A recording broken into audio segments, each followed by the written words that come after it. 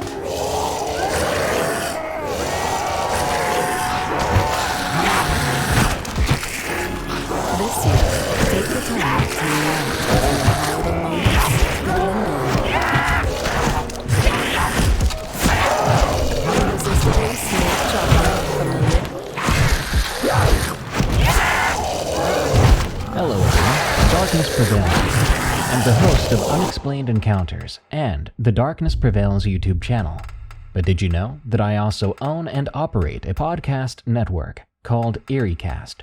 In fact, Unexplained Encounters is a part of EerieCast.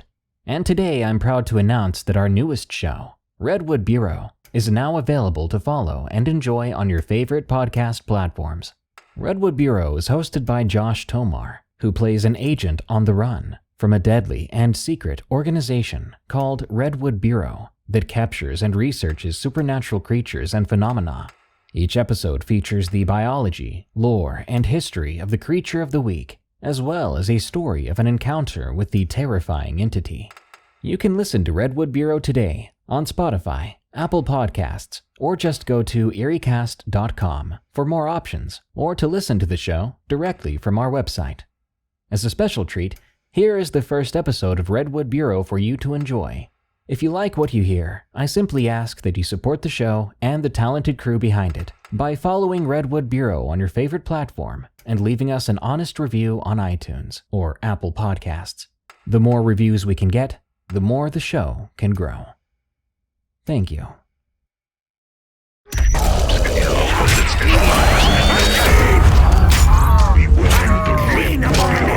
A secret organization which captures and researches creatures and objects that defy explanation. Their reckless procedures have led to countless innocent lives lost. I am Agent Conroy. I worked for the Redwood Bureau, but I have escaped them to leak their reports to the unsuspecting public. You have the right to know.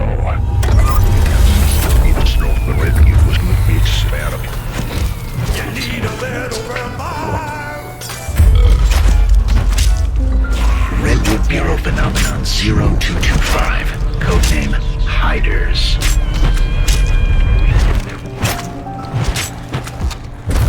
RBP report 0225 initiated. The life of a suburban California family was forever changed upon contact with an instance of 0225, known as a hider by the Bureau. One victim killed by the creature would later be found with their body exploded, seemingly from the inside out. The local investigators and police force were left confused. When the Bureau stepped in, reports of similar killings had already occurred nationwide over the last few decades. While rare, left alone, fires would quickly decimate local ecosystems, humans included. The Bureau quickly noticed where a familiar killing popped up. A dozen more would soon sprout up until the capture of the entity. Over those terrifying decades, Redwood Bureau eventually contained over 22 instances of hiders, of which their combined kill count amounted to at least 250. And these were at first small-town killings. It was this instance of 0225 that most concerned me. There was something off about this written report from a survivor. Once I'd read it, I knew there were more to these hiders than first expected. It was the first killing in a record-setting streak of 54 local casualties to a single instance of a hider. When these entities find their way to larger populations, their lethality quickly becomes apparent. But these creatures were not just finding their way to communities. I was a working-class kid growing up. Blue collar all the way down to the boots. Dad was a big believer in education as well as hard work. Paulie Myrick Sr. made sure his boy kept his nose to the academic grindstone. Scholarships were one, and what that couldn't cover, he and Mom put in the overtime hours to pay those bills. It worked. I got a job right out of grad school at a salary that no one in my family had ever dreamed of before. I bought a home in a trendy neighborhood up in the hills. My kids went to private school. Me and my wife drove new cars. I was even a member of the local country club. But I never felt like I was in the club. I had earned my slice of the American pie. There was something about the way my neighbors looked at me.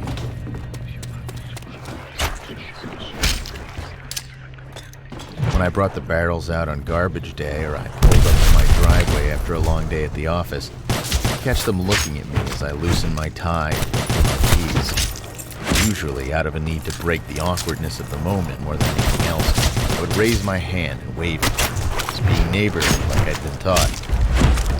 There would be a hitch as they raised their hand in response, as if they weren't quite sure how they should respond. They'd have an odd expression on their faces as they did the mental arithmetic to work out how I'd ever manage to find my way into their world. I feared that there was still something country about the way I carried myself. Maybe it was the way I squared my shoulders when I spoke to you. Just a hint of backwoods grit that cut all the fine and erudite knowledge I had money, sure, but these folks were wealthy, generationally wealthy, and they could smell new money in it. In the pit of my soul, I was scared that one day I'd say or do something that would reveal the bare dirt floor heritage that I was only a generation or so removed from, and then a government official would arrive with a clipboard and usher me out of the life I'd worked so hard to achieve. So you can imagine my reaction when my wife, who came from a long line of doctors, lawyers, and CEOs, suggested that we should try roadkill. What do you mean, try roadkill? I asked, honestly incredulous. Do you want me to go clip a raccoon with the Tesla? She didn't laugh, but in the voice she used to explain to our son why the moon changes, she said, Of course not. That'd be cruel. and held up her phone, adding, There's an app.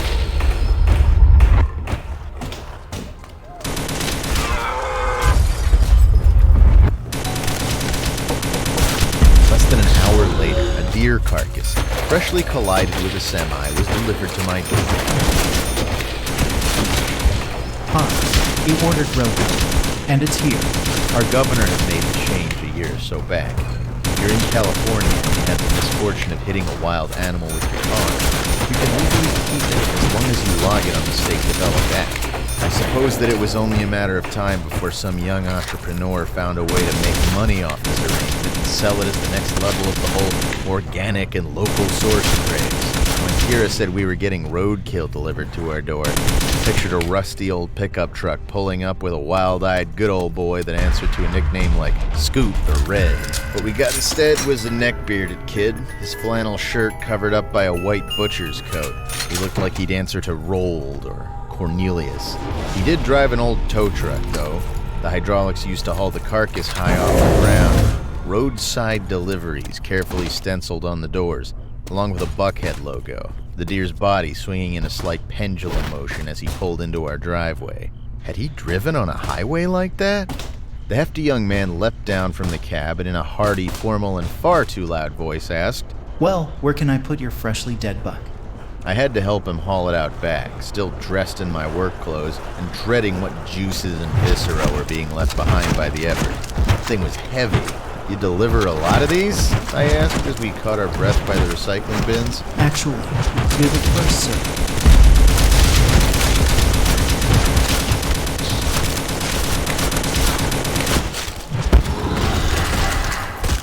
Later that evening, I was looking out at the fancy French doors that Kira had insisted on installing when we bought the place. The bashed and battered dead thing was twisting outside on the elm, perfectly eye level with me. Once we'd strung the deer up, I asked the driver how long it would take him to dress it. The sudden and blank expression that dawned on his face told me everything I needed to know before he even said, Though, we don't do that. and quickly showed himself out the side gate. Isn't that just part of the experience? She asked me in a guileless voice. 11 years of marriage and she still surprised the hell out of me. We came from very different worlds, I had to remind myself. She thought of apple picking as a lark, something to do when the air got crisper. To me, that sound was harvest time and the kind of work I went to college to avoid. She made sure Robbie and Heather went to bed a little early and avoided the kitchen where they'd have a full view of Mommy's latest purchase. Once they're out, I'll be down to help, She had promised, though I wasn't looking forward to this task. We had a hard enough time putting IKEA together without getting in an argument. The damage to the creature was extensive. Bone and intestine visible at various points around its chest and abdomen. I sat at our kitchen table searching for hunting videos.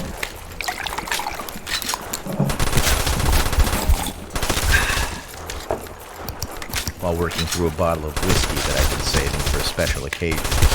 The fact is that I had seen this kind of thing done a couple times in my youth. My Uncle Johnny, who most folks called Junior, was quite the avid hunter, and for reasons that were never explained to me, always brought his kills around our place to skin.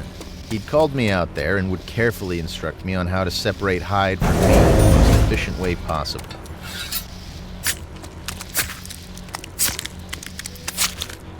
I had a soft spot for animals, so even 35 years on, the images of Junior doing his thing were burned into my brain, but the minutia had slipped away with most of my accent. The thought of going out there with our biggest Wusthof and peeling the poor thing just made me feel sick.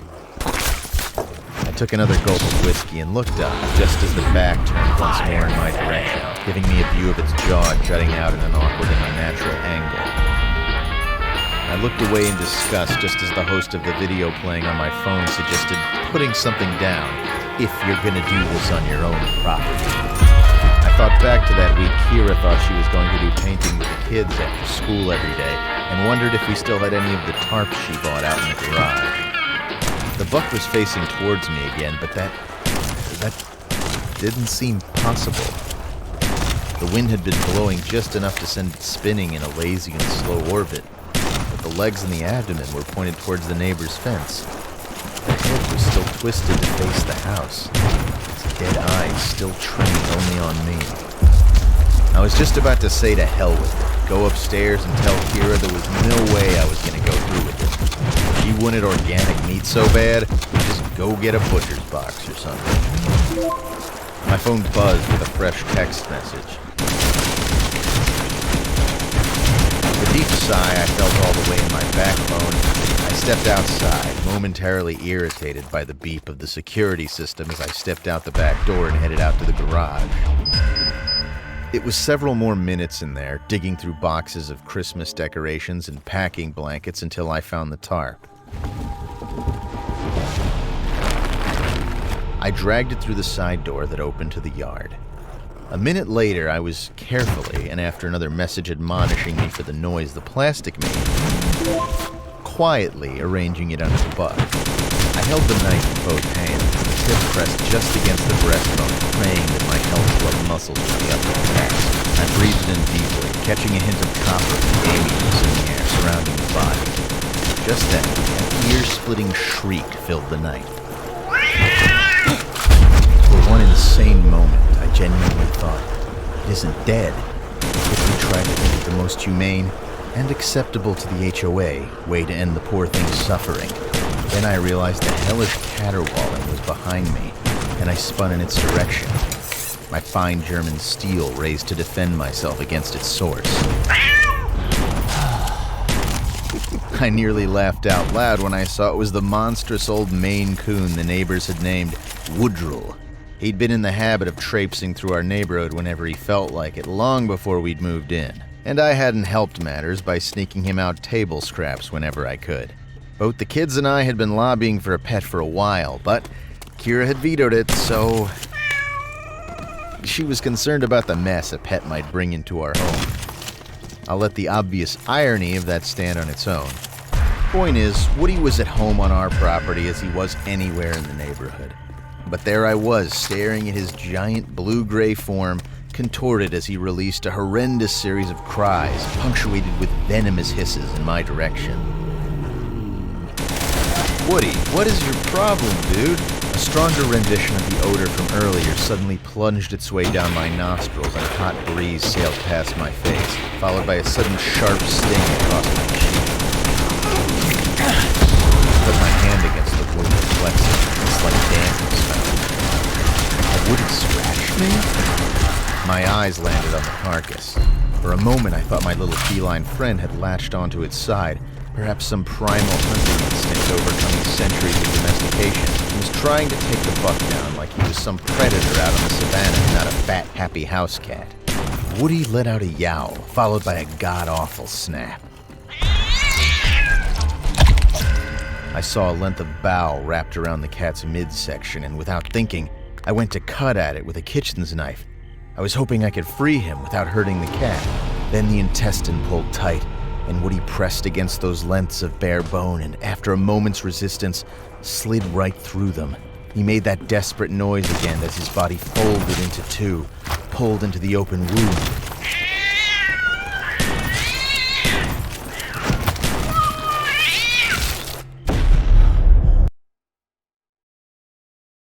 With a deep, wet, sickening sound.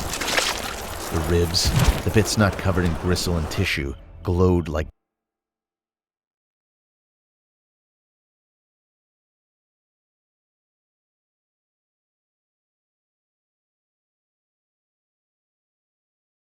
Hello.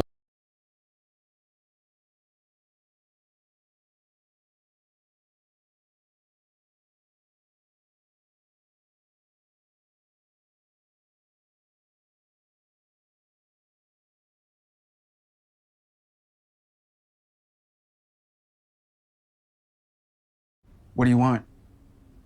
Want a job that I don't hate? Want to do something that matters? Hush, quiet now. The horrors of a small town are meant to stay secret. If such secrets leave the outskirts, who knows what horrors might arise. Welcome back to Darkness Prevails. Today's episode features two allegedly true scary stories about small towns. And the third tale today is a fictional short story from Reddit's No Sleep forum about what can go wrong when someone is desperate enough to leave the city for a quieter place. A place that turns out to be not so quiet. Enjoy all these stories and be sure to send us your own at darkstories.org. I'd love to hear stories about forgotten and abandoned places. Hey, if you want to listen to the show while you work, drive, or sleep, follow the Darkness Prevails podcast on Spotify or iTunes, and review us on iTunes if you don't mind. Thank you. And now, let's begin. Horses don't have wings. From Jersey Kid. Everyone who lives around the New Jersey Pine Barrens knows a bit about the Leeds Devil. You probably do too. It's a cryptid-like endeavor. Also goes by the alias Jersey Devil. It's a popular staple in the culture of the small township I live in, and a welcome one at that, as it is the sole contributor to our tourist industry. Thematic shops, restaurants, and sometimes even hotels dedicated to this urban legend. The lore goes something like this. Way back in the 18th century, a woman named Jane Leeds, sometimes called Mother Leeds, had a large family of 12 children. One day she found out she was pregnant with 13. And out of frustration, she cursed the unborn child, declaring it would be the devil. 9 months later, on a cliché dark and stone, she gave birth to the boy. And though at first it was a normal human, it morphed into some sort of creature with hooves, a goat's head, bat wings, and a forked tail, before taking off out of the chimney and into the pine barrens. Of course, no local really believes any of it. Your grandfather would tell a story about how he swore he saw it while locking up the farm, or something like that. Then you'd give him a laugh, say, "Sure, Grandpa," and forget about it. At least, that's how it was for me. Being introduced to the mythos so early on in my life, I developed a regard not believing in any powers or respecting them. Little did I know when I was looking, that was only I had been celebrating most of the day with my two closest friends, Tom and Marie. It was great. We hung out by a little creek, drinking and sipping wines, enjoying the weather's company. In my town, there wasn't much to do, beyond a run-down arcade and a theater that only rotated titles every few months, so it was often more fun to just hang out. Everything was going well. We were preparing to head back soon as it was getting dark. I think I was pretending to be a mugger or something like that, using the flare gun my dad gifted me earlier that day as a present. This goes on until we hear this rustling in the bushes on the other side of the wire. Soon after, some girl pops her head out. The first thing we noticed was that she was covered in mud, like all over her face and clothes. She just sort of stares at us, and we stare back, until Marie says something. Hey, the girl looks behind her quickly before she walks down the bank, hesitantly, and starts crossing over to us. As she gets close, fire fail! We were all in our late teens. She was probably 9 or 10 at most. She was wearing a long dress of sorts, black and baby blue. It really made the most. She crossed the roads and finally steps out onto our road. She looks at our wheels, before she goes up to Marie and hugs her at her waist. Then she starts to cry. Marie looks at us, mouthing off. She then starts trying to talk.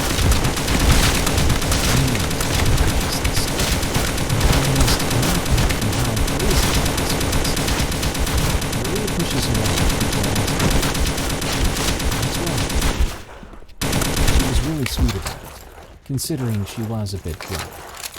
The girl keeps on pushing, and she finally speaks. "I saw a monster." She stammered through tears.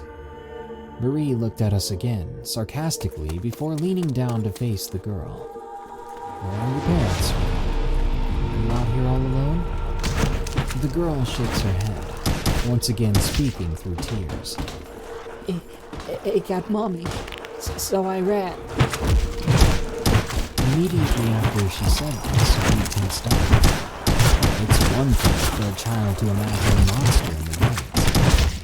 What she said just implied something a whole lot worse. The most dangerous thing of nature you'd find up in these woods were snakes, but not ones that could take humans down easily. The scariest thing we'd find. Probably a bobcat. Still, I thought a little kid would be more inclined to call a bobcat a kid than a monster, even if it did attack you. Tom spoke up after that. He was never one to stay silent when he got nervous. A monster, huh? Marie glared at him, angry that he was just staring at her. She replied, "It was loud." Marie got her attention once more. "What's your name, sir?" she asked. I remember Tom muttering something under his breath about asking what it looked like, not what it sounded like. The little girl said her name was Clara. After a bit more introduction, Marie prompted us. "So, what are you doing?" The girl just stood there, real quiet, sniffling a little. "And it's about to get dark. Let's take her back with us and we can call the cops or something."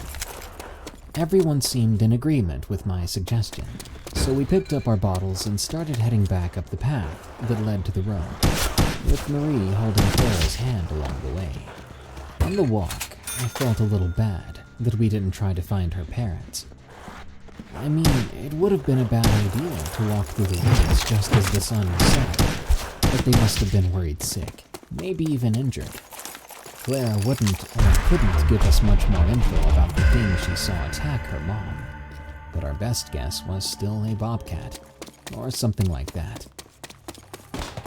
Where we were, none of our cell phones worked, so we had to walk maybe a mile or so to get even minimal reception. Otherwise, we would have called the cops much sooner. So down the road we went. It was dark, yeah, but familiar enough to the three of us that we knew exactly where we were going. Clara was obviously scared, being in an unfamiliar place, but she clung to Marie, trusting her for whatever reason. The little girl kept pace with us pretty well. Up until then, it was a quiet night. Before we heard a sound. It was like timber, trees falling over.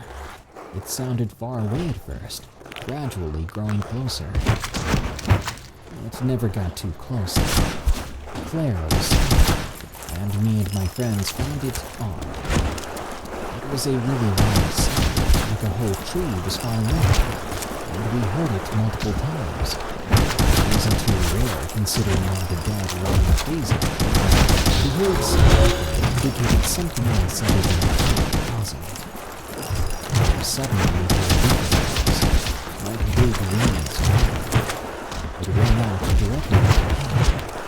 It was fast, and when we looked up, we didn't see anything against the dark sky.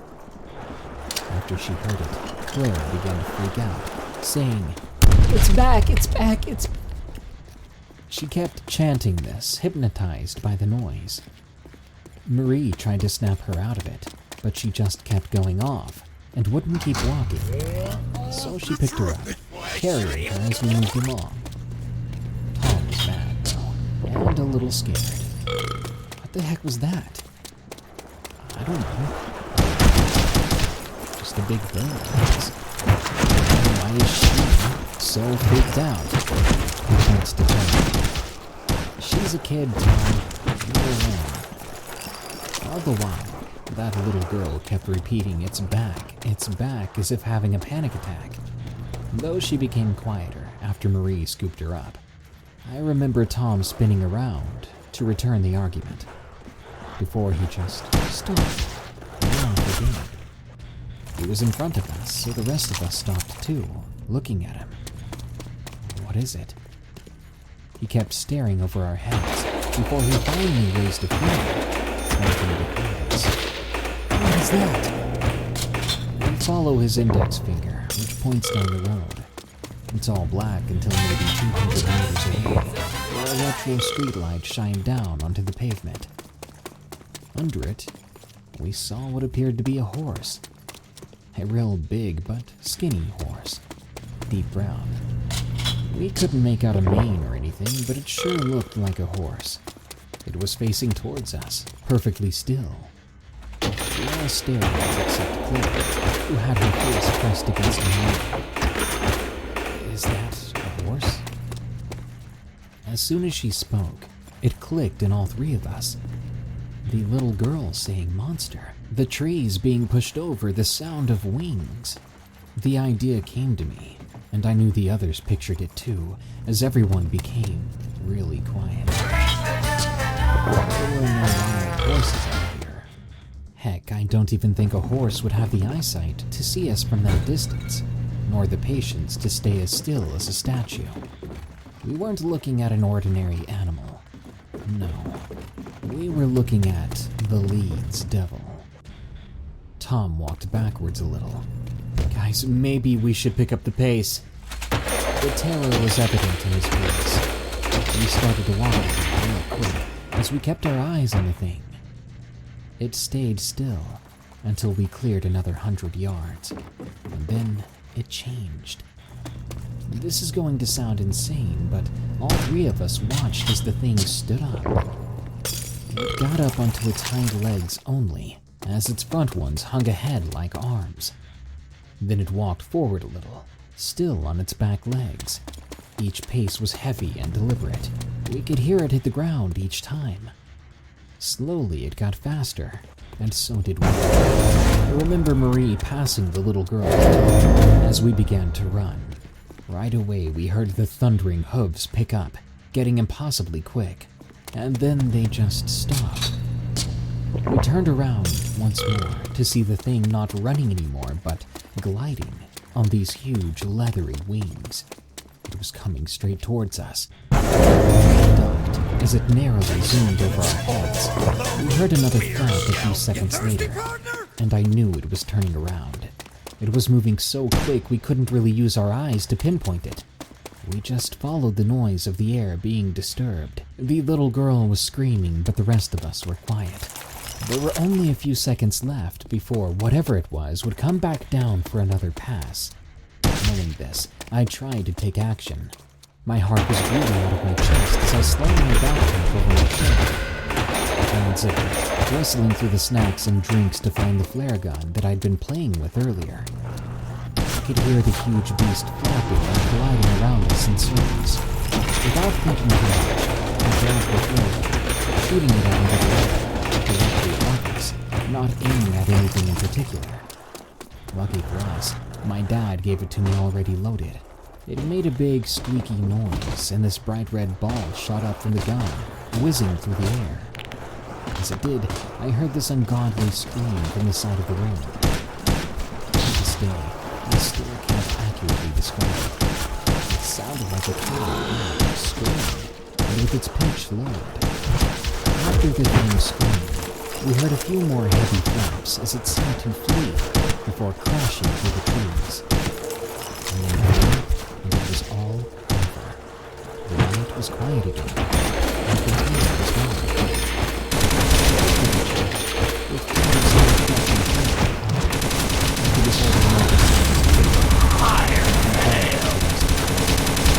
As soon as we got in cell range, we called the police.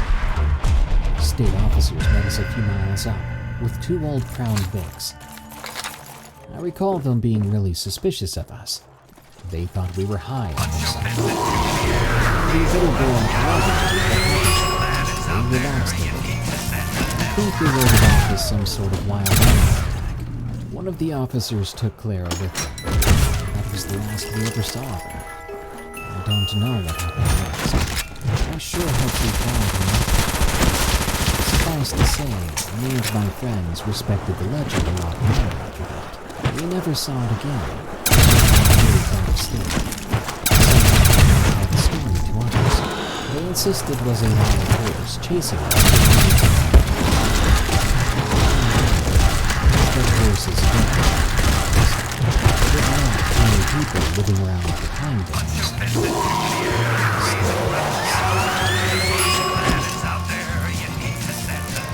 The shadows in the small town republic. From Mississippi. This happened back in August 2019, a small-town republic in Washington State. This story was told to me by my other friend, Cliff.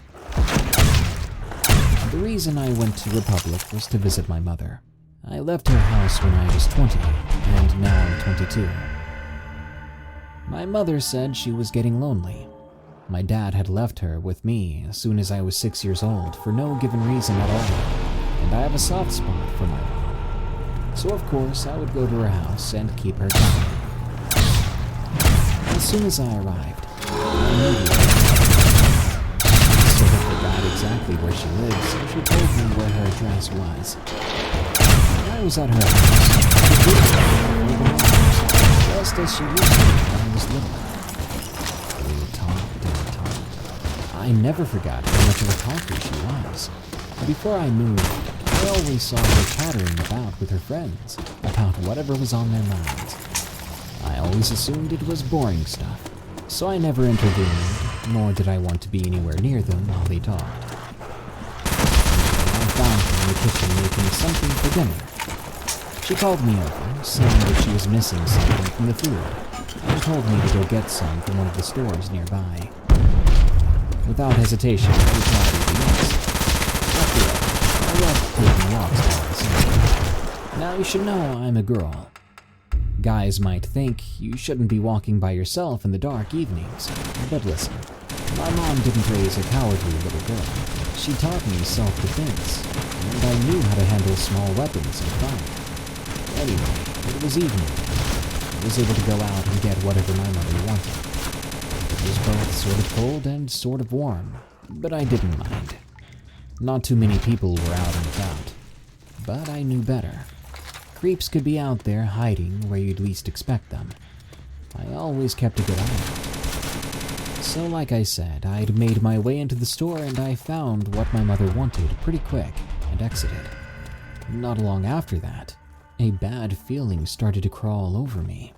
Like a very bad feeling. The type of feeling you get when something bad is about to happen, or when something bad is nearby. I've only had this feeling a few times ever since I left my mother. Most of them weren't even that bad. I walked alone on the dark sidewalk. The feeling of dread was starting to make me want to start walking like a dog. It seemed the closer I got to my house, the more quickly the bad feeling washed over me like rain. I started to clench the small knife I had in my bag, fearing that some creep would literally jump out from out of nowhere. Then I stopped. I scanned my surrounding area. Not again. At least that's what I thought. What is that? I immediately thought as my eyes saw something in the distance. From what I could tell, it seemed to be a person. Your normal, everyday person you see on the street. They were about 6 feet tall, easily taller than my 5-foot self. But they were just standing there, not moving. People could be still, but never completely. Not like that. I began to wonder if it was even a person at all. Then I took out my phone and shone my light at it. The unthinkable happened. Things are supposed to be brighter when light is shown on them, right? Well, this figure was not. If my phone's flashlight on it, it didn't go brighter. It didn't become lit. Instead, I saw a completely black figure. Like a shadow, almost. But the shadow was not on the ground. It was so black that it looked like it was swallowing all the light from my phone. Now I understand why the people in horror films don't run when the killer or monster is charging at them. They freeze with fear. That's what I was experiencing. The sudden fear of seeing this entity prevented me from moving. Then it started to move. Strangely enough, it moved like a video game character when the game glitches, moving forward, then back, then appearing closer than it was before. All the while, I trembled. Then another figure suddenly appeared from thin air, then another one, and another. Soon there was 4 or more black figures surrounding me. It was like they were blocking off any sort of escape route. They wanted me in the middle. Nowhere to run, nowhere to hide. Even though they didn't have eyes, I could still feel the malevolent figure's gaze on me. It was filled with malice. There was a ringing and buzzing in my pocket. I don't know how, but I managed to pick up my phone, and thank goodness. It was my mother. She wanted to know where I was.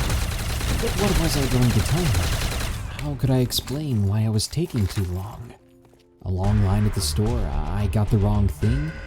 I couldn't just tell her what was happening right now, right? No way, I thought. She would never believe this. Where are you? My mom said over the phone. There was a slight cracking sound. As soon as she had spoken, the shadowy figures vanished, just like that. They were gone. Hello?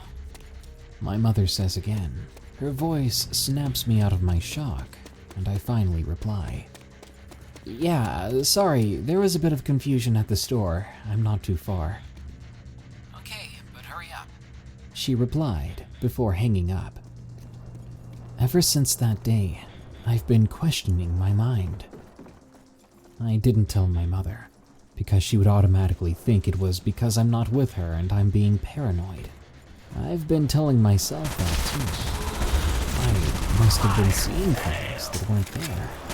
But how could I believe it? The encounter with the 4 pitch-black shadow men seemed very real. Never buy a house on Craigslist. By Rain Rider. I guess everyone has heard about a Craigslist horror story, but no one explains it. to end up in.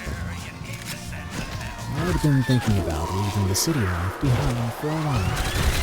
I guess I couldn't stand the bustle of the city anymore, and longed for a more remote life. I'd saved up quite a bit of money over the years and decided to buy a house. When I saw the prices though, my jaw dropped. I'd expected that buying a house was expensive, but I never thought that expensive. In my desperation, I opened Craigslist. I didn't expect to find anything there, but that's exactly what I did.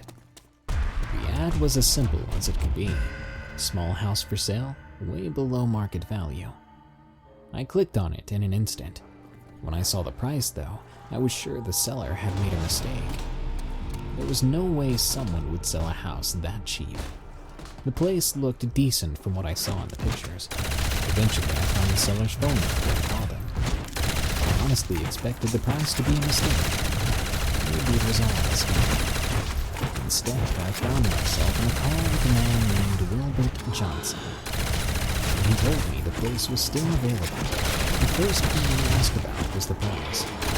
The old man assured me there was no mistake. It was an old house, he said, in the middle of nowhere, and he wanted to get the sale over with as soon as possible. There was a catch though. He wanted the payment in cash only, because he did not trust the banks or any of their real estate agents. Some other people had shown interest before me, he said, but they'd all gotten cold feet at the mention of this. I didn't see a problem with it. Things would be way quicker that way. I guess that was my first mistake. To make a long story short, a week later on a Saturday morning, I found myself on the 3-hour drive to old Wilbert's house, which I hoped would soon be mine. When I arrived, the old man greeted me with a bright smile. He was a sturdy, hard man in his late 50s, from what I could tell. "Mark?" he asked as he reached out to greet me. I nodded. "Yes, sir." "Well, that's the place," he said, and stepped aside to allow me a better view of the small house. I had to look around for a bit before I stepped inside. The moment I did, the old floorboards welcomed me with a loud creak. The moment it happened, an anxious expression washed over the man's face. "Guess you were right," I said, laughing. "The place is pretty old. It sure has character, though." When he heard that, relief flooded over his face, and his smile returned. "Oh, that has been here for over 30 years. Now then, how come you're selling it that cheap?" The old man was quiet for a bit. His eyes wandered for a bit before he said, "Tell you what, there's no reason to keep it to myself. It's because of Lisa's disappearance." "Lisa?" Another sigh followed. "My wife, Elizabeth. Been almost 2 months now since she vanished. Walked right out that door over there and never returned. No one's seen her. No one's heard a thing. Just like that, vanished without a trace." "Crap, I'm so sorry. I had no idea." "Nothing to do with you.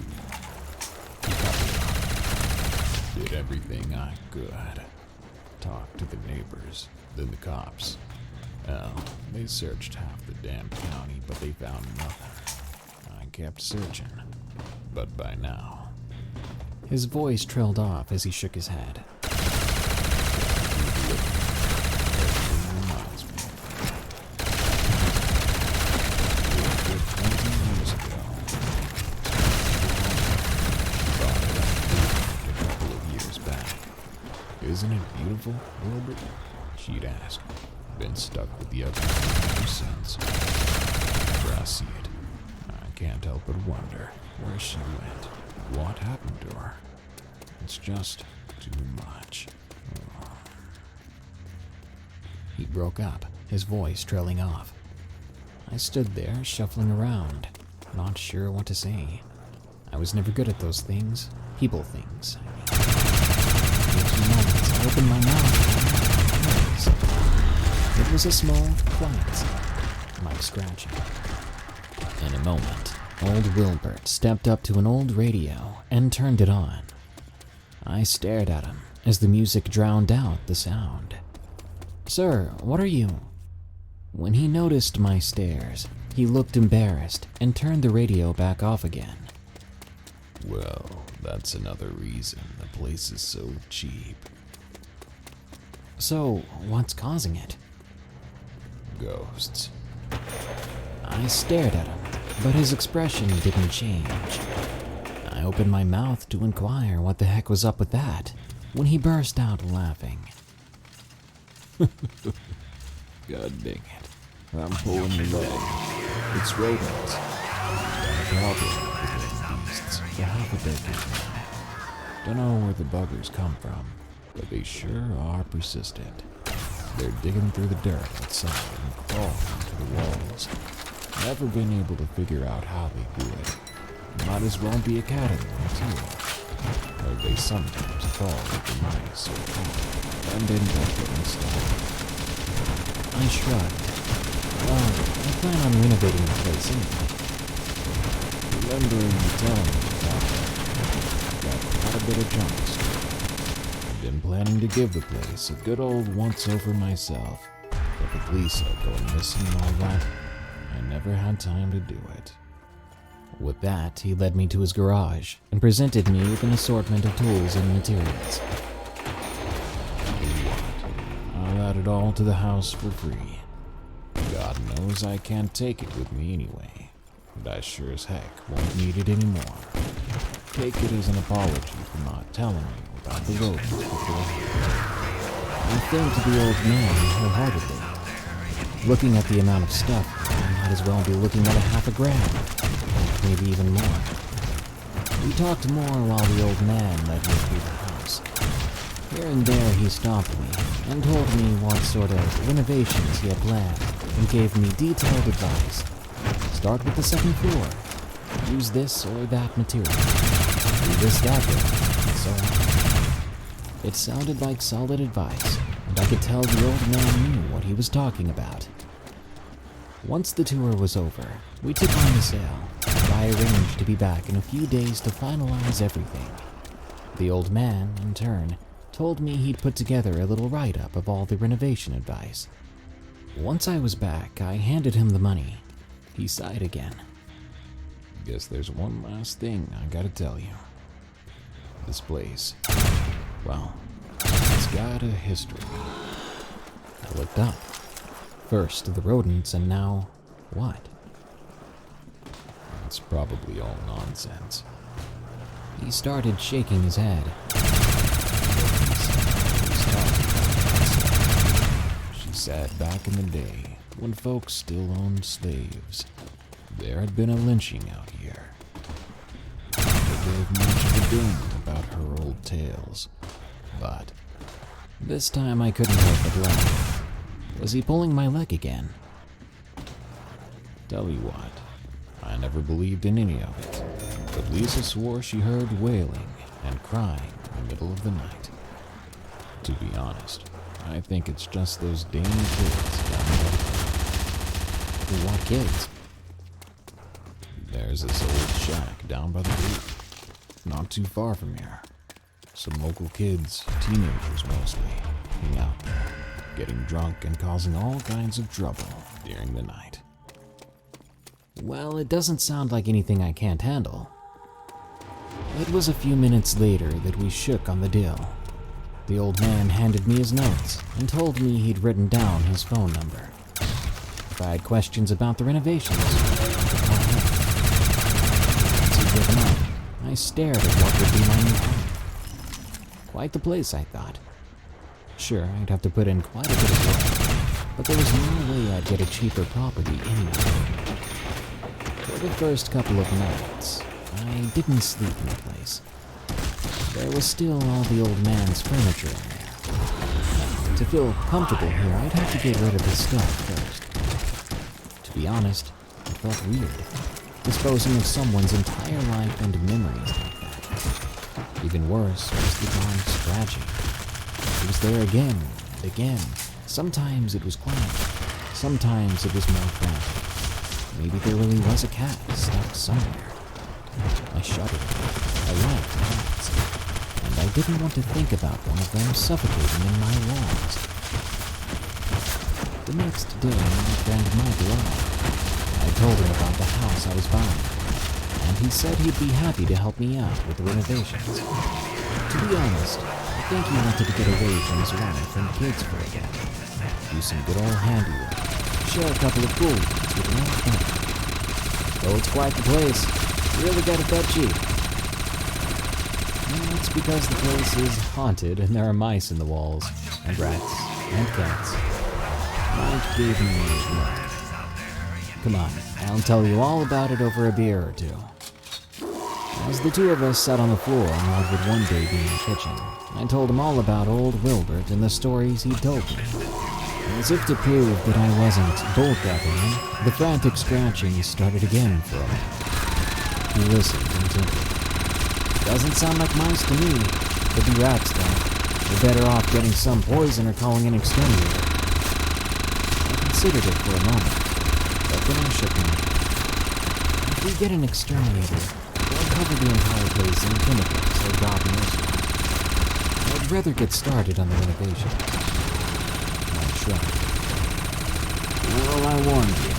Don't blame me if we find some giant rat colony in one of the walls here. We shared another beer before we started on the work. There was a lot to do. The floorboards were old and rotten in many places. The wallpaper was stained and old-fashioned, and some partition walls had to go, I decided. Either way, we had a busy few days ahead of us. Heck, maybe even a week. It wasn't long before we resorted to the old man's method of turning on the radio. The scratching, while quiet, was still somewhat distracting. Mike and I made some decent progress the first day. At first, he wanted to get himself a hotel room in the nearby town, but after a bit of back and forth, he agreed to stay. We spent the evenings talking about old stories from high school and college, and often Mike would tell me about his wife and kids. As much as he told me he was happy to have some time away, I could tell he missed them already. During our third night at the place, he woke me up in the middle of the night. "You hearing this?" he asked in a quiet, hushed voice. As I listened, I could hear the scratching, but there was something else. It was quiet, coming from quite a distance, but I was sure I heard it. It sounded as if someone was wailing or crying. I thought back to the old man's story about the lynching and what his wife had heard. Then I shook my head and remembered what he told me about the kids out here. Probably some drunk kid screwing around. The old guy told me they're gathering down by the creek to get drunk. Maybe they thought it'd be fun to mess with the new guy. Mike nodded, but he still looked unnerved. "Yeah, I guess you're right. Want to go out and teach him a lesson?" I laughed but shook my head.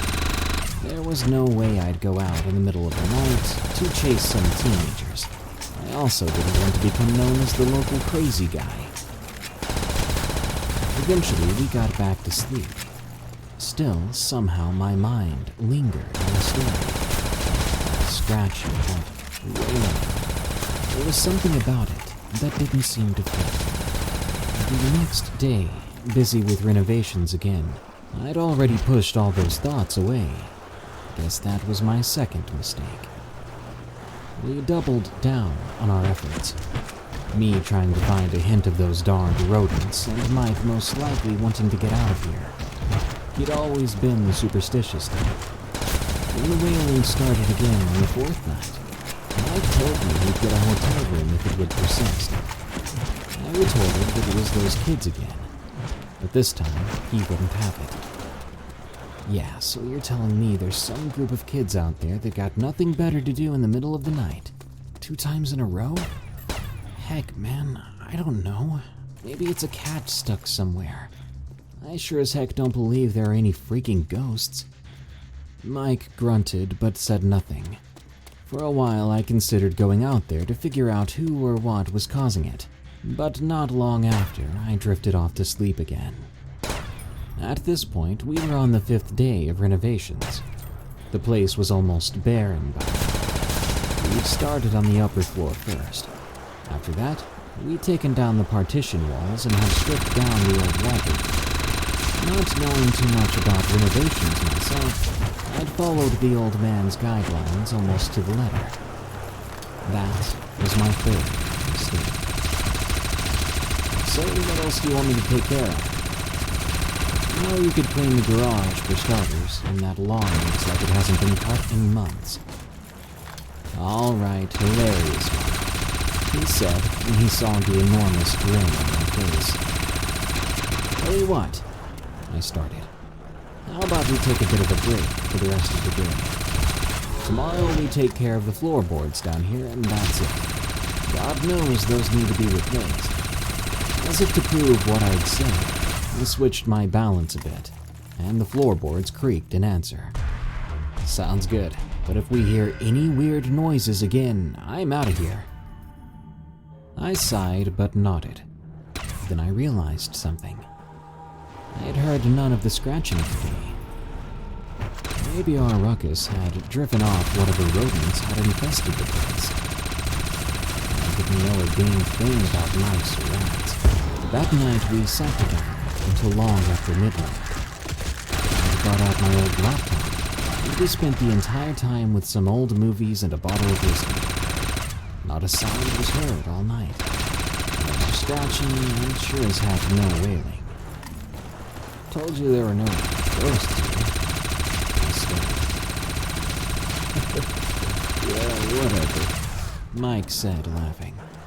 Taking care of the old floorboards was much tougher than I'd imagined. With the hangover, that is. Still, somehow we made decent enough progress, and by noon we were done with the first half of the house. Guess those rats really are gone, aren't they? Guess so.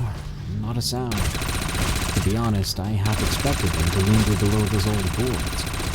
We'll hope they stay the heck away. We continued joking around and having a good time. It all changed when we found the basement. As we removed the floorboards in the old man's storage room, we stumbled upon an old hatch. Once our initial surprise was over, we pried it open, revealing a staircase. All right, man, what the heck? The basement, I guess, I said, matter-of-factly. Yeah, I ain't blind, but why the heck is it hidden like that? Things still hadn't clicked.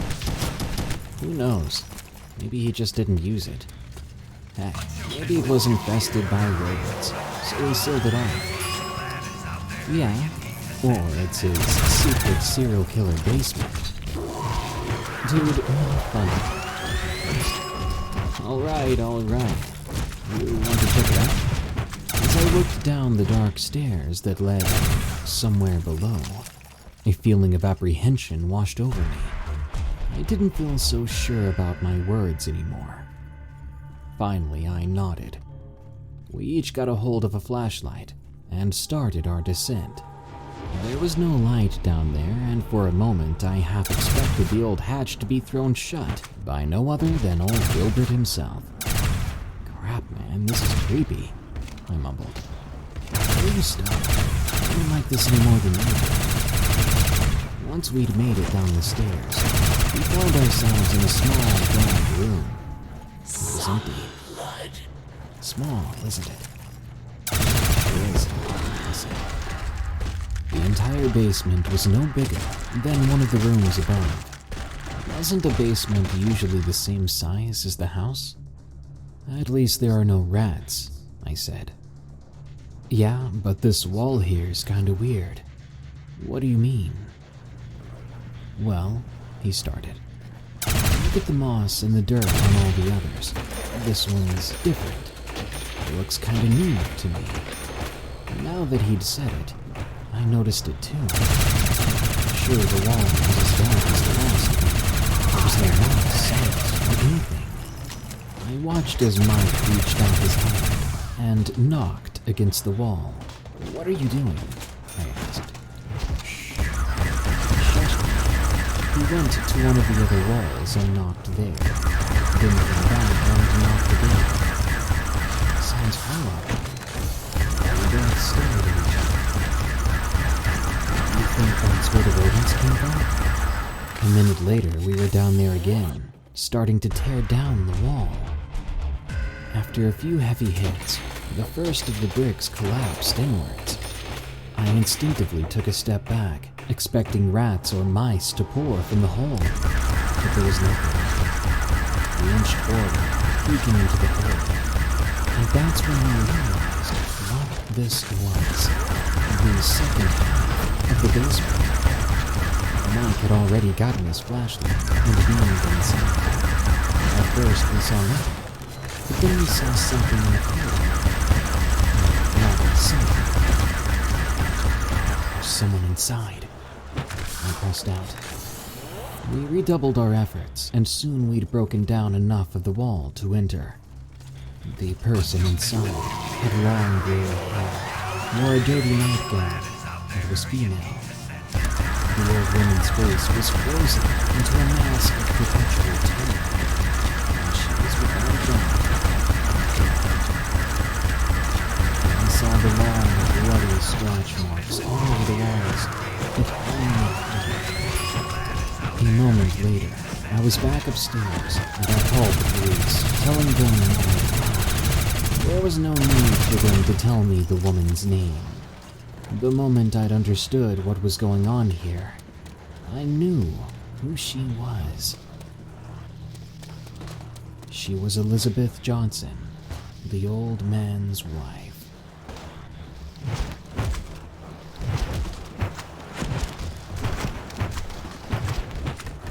Down the dark stairs that led somewhere below, the feeling of apprehension washed over me. I didn't feel so sure about my words anymore. Finally, I nodded. We each got a hold of a flashlight and started our descent. There was no light down there, and for a moment I half expected the old hatch to be thrown shut by no other than old Wilbert himself. "Crap, man, this is creepy," I mumbled. "Will you stop? I don't like this any more than you do." Once we'd made it down the stairs, we found ourselves in a small, damp room. It was empty. Small, isn't it? "Sure is," I said. The entire basement was no bigger than one of the rooms above. Wasn't a basement usually the same size as the house? "At least there are no rats," I said. "Yeah, but this wall here's kinda weird." "What do you mean?" "Well," he started, "look at the moss and the dirt on all the others. This one's different. Looks kinda new to me." And now that he'd said it, I noticed it too. Sure, the wall was as damp as the rest, but there was no moss on it or anything. I watched as Mike reached out his hand and knocked against the wall. "What are you doing?" I asked. "Shh." He shushed me. He went to one of the other walls and knocked there, then came back and knocked again. "Sounds hollow." We both stared at each other. "You think that's where the rodents came from?" A minute later, we were down there again, starting to tear down the wall.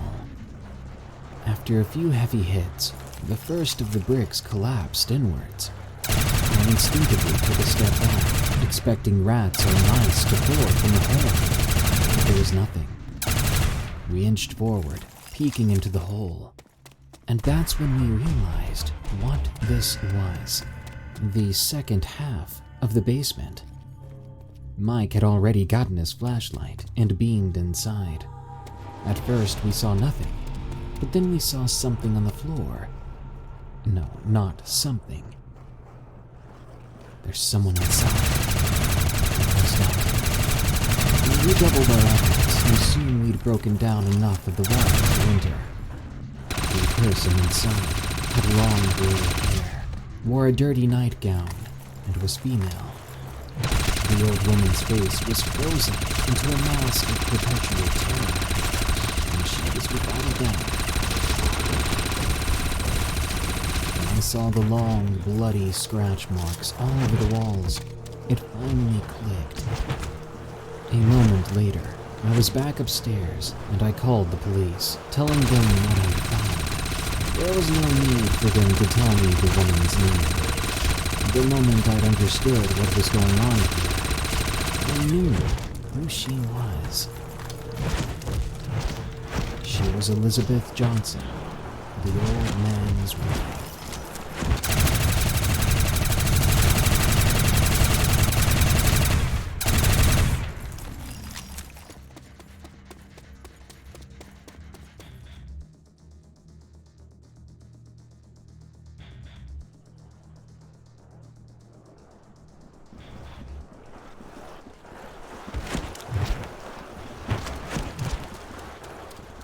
Hide and seek is fun until you realize there's one more player than you started with, and they're not human or at all normal.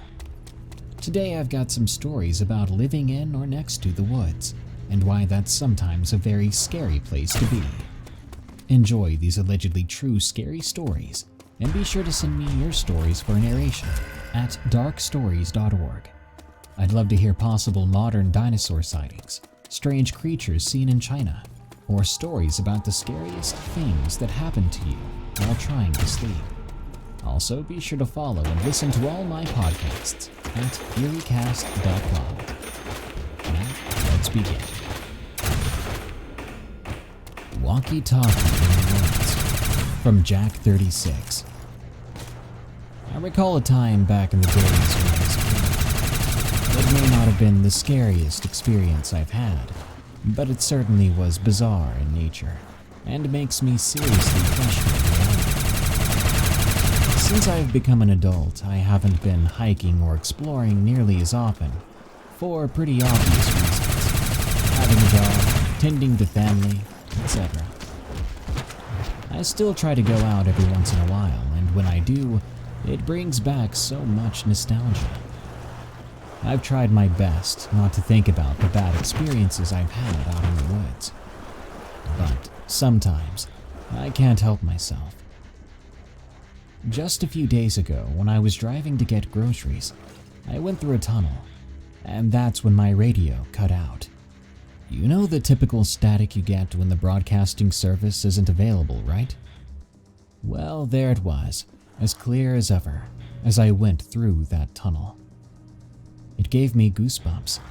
I'd never been one for that sound to begin with, but it only made it worse as I encountered a flashback so vivid, back to when I was only 10 years old.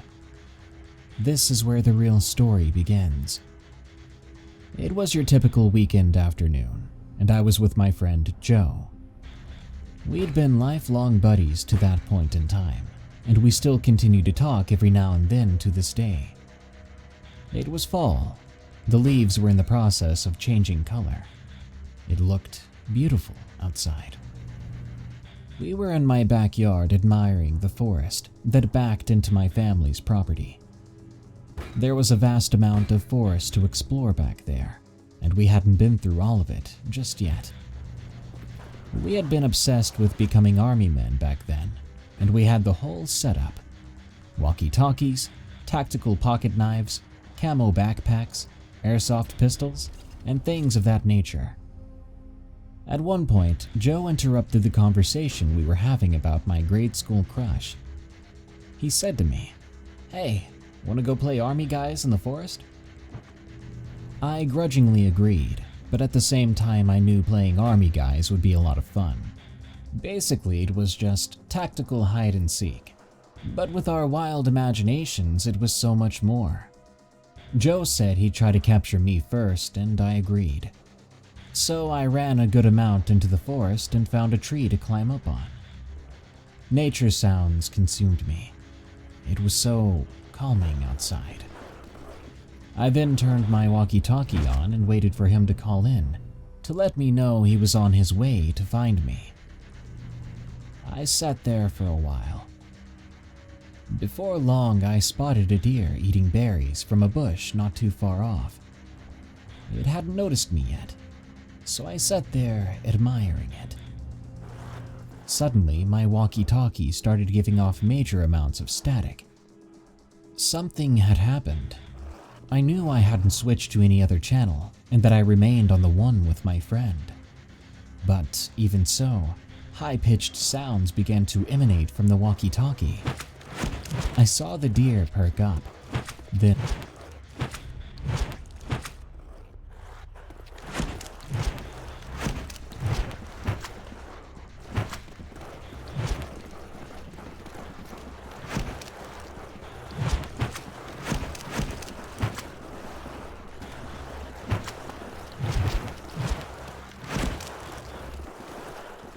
The time traveling started yesterday.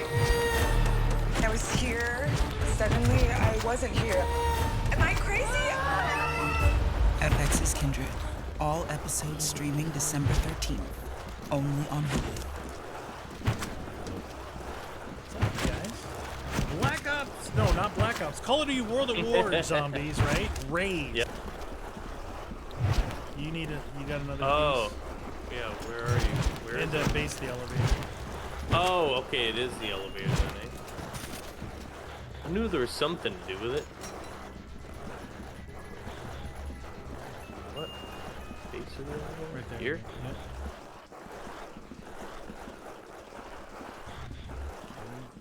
So we gotta find the big...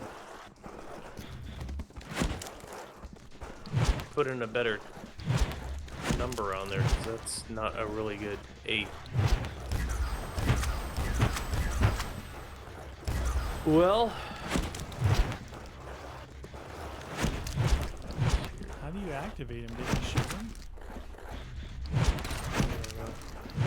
No, F maybe? No, you shoot it. Oh, you do, right?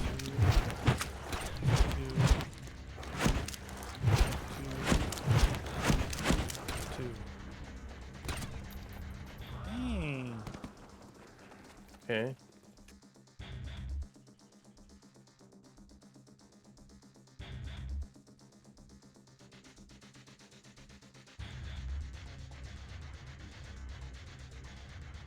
Guys, how's it going? Okay.